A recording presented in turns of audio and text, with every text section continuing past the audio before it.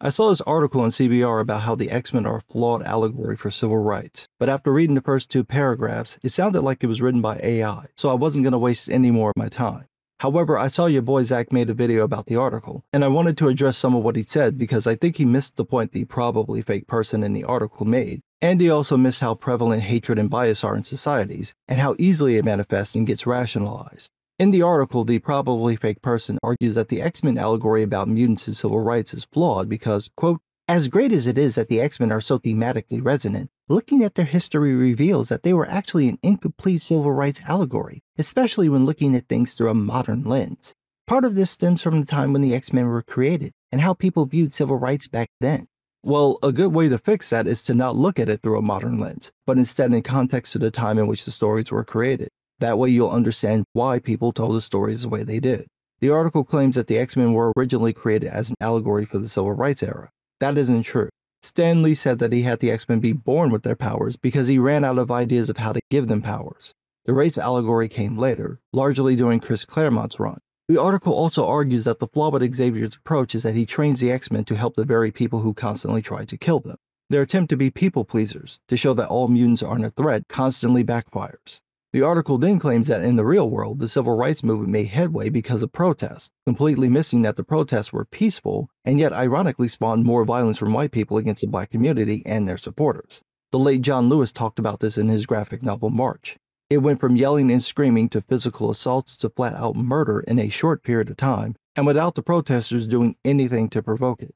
This leads to Zach's point about how many people in the Marvel Universe might actually hate mutants. He said that would be a small number, about 7,500, based on current estimates of white supremacists in the US. But there are two flaws with using that data. One, it doesn't capture the level of racism in the general population, and two, that data isn't based on the height of racism in the US. This is the least racist time for the country, and while I think there are way more than 7,500 white racists in the US, using modern numbers doesn't help anyone understand how bad it can get. So first, we need to figure that out.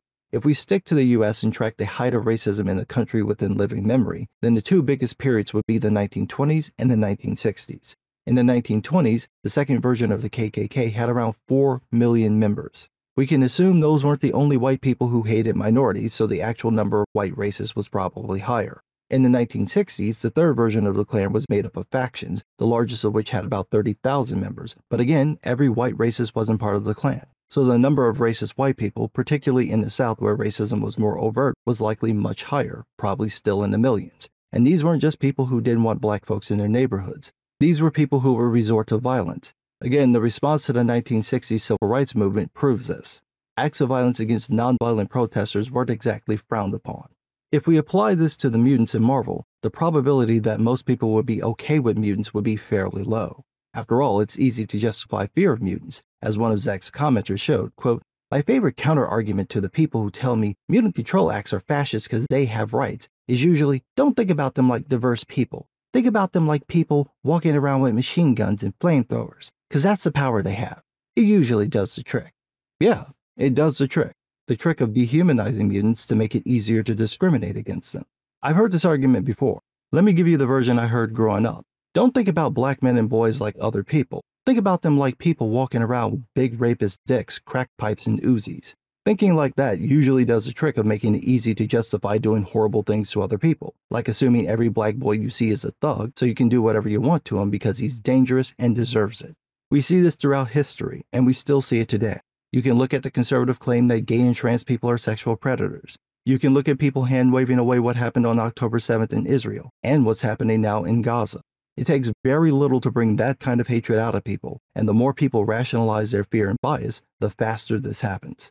To bring this back to mutants, while everyone might not want to murder mutants, there would be a significant hatred against them, and it would probably manifest in similar ways we've seen historically, restricting their rights, internment, sterilization, and stricter laws governing them. While people would claim they wouldn't support all of those, historically that hasn't been the case. Most people go along with these acts, especially if they're backed by social norms, religion, and good old fear. So, in the Marvel Universe, how would normal humans view mutants? A large portion of the population would fear and hate them. Most people would support forcing mutants to register with the government, regardless of the nature of their mutation, and that alone would lead to a certain level of discrimination. you would hear claims about the good ones, the ones with low-level or non-offensive powers, or those who knew better to keep their powers to themselves or never use them. Anyone who didn't look like an average person would probably be treated terribly. Anyone with telepathic, shape-shifting, or reality-altering powers would be the most feared and hated, and it's likely those mutants would either be locked up, kept away from everyone else, or simply killed. The chances of someone trying to develop a cure for mutation, or a means of blocking mutant powers, would be high, and that would put any mutant who could block powers at risk of being weaponized. Those people would likely be experimented on in order to harness or copy their powers, and whether this resulted in the mutant's death wouldn't matter to a significant number of people. Now, here's the kicker. Since mutation manifests at the onset of puberty, most of this would be done to kids, mostly between the ages of 12 to 16. If you think that would save people's hands, you are mistaken. Historically, that hasn't been the case. Case in point, the ACLU of Maryland filed a class action lawsuit against the state for drugging foster kids who had no medical issues simply as a form of chemical restraint. They were placing kids on multiple drugs without even checking to see how the drugs interacted or addressing how they affected the kids. This apparently has gone on for years, unchecked. Now, if you think showing people what was done to those kids would change people's minds, again, you are mistaken. Case in point, there's a juvenile prison in Florida called the Dozier School for Boys. For 100 years, the guards at that prison systematically beat, raped, and killed hundreds of boys, and then buried their bodies in unmarked graves on the prison grounds. The townspeople and the state of Florida were fully aware of the abuse, with complaints being made over the decades. Everyone in the area knew what happened in the White House, the building where the boys were tortured. They did nothing to stop it. The prison wasn't even closed until 2011.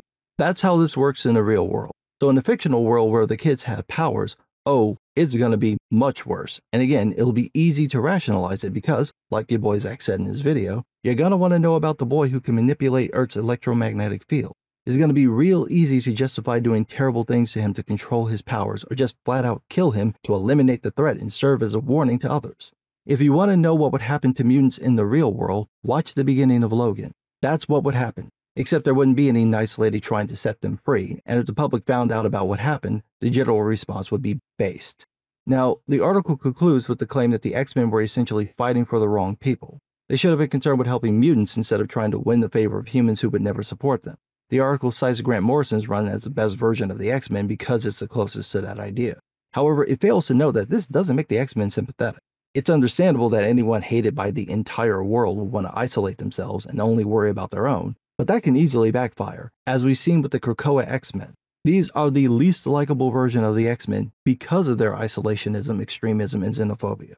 In the real world, when people separate themselves like this, it winds up stoking more bias against them simply because no one knows anything about them. Think about Hasidic Jews, the Amish, or the Romani. Now add powers to this, and not just destructive ones, but beneficial ones. How would people feel if they knew there was someone who could stop floods or remedy a drought, but refused to use their powers to help? What about those who can heal the sick, restore missing limbs, erase painful, traumatizing memories, make rain taste like Skittles? If mutants isolated themselves, the global resentment over their refusal to help the world would be off the charts. That said, the article is right that the civil rights allegory isn't a perfect allegory, and that's because black people don't have superpowers. We're just regular people who are less likely to get sunburned. That's it. When you add powers to the mix, the whole thing changes, and honestly, the real point where the allegory breaks down is with the existence of other superpower beings that everyone seems to like. People in the Marvel Universe don't have a problem with Thor or the Fantastic Four, but they hate mutants. An alien can come and live on Earth and they're fine, but if a kid is born with angel wings, they want to kill him with fire. That doesn't make a lick of sense, and no one has really tried to make it work. Everyone just goes, okay, and then they move on. No, this is a narrative problem.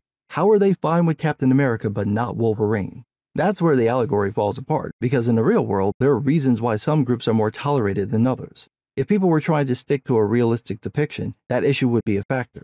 On the flip side, people also need to deal with the reality of how indifferent and vicious people can be when you give them a group they're allowed to fear, hate, and do whatever they want to. It does not look pretty, and it's usually done by more than 7,500 people. But what do I know? I'm just some guy.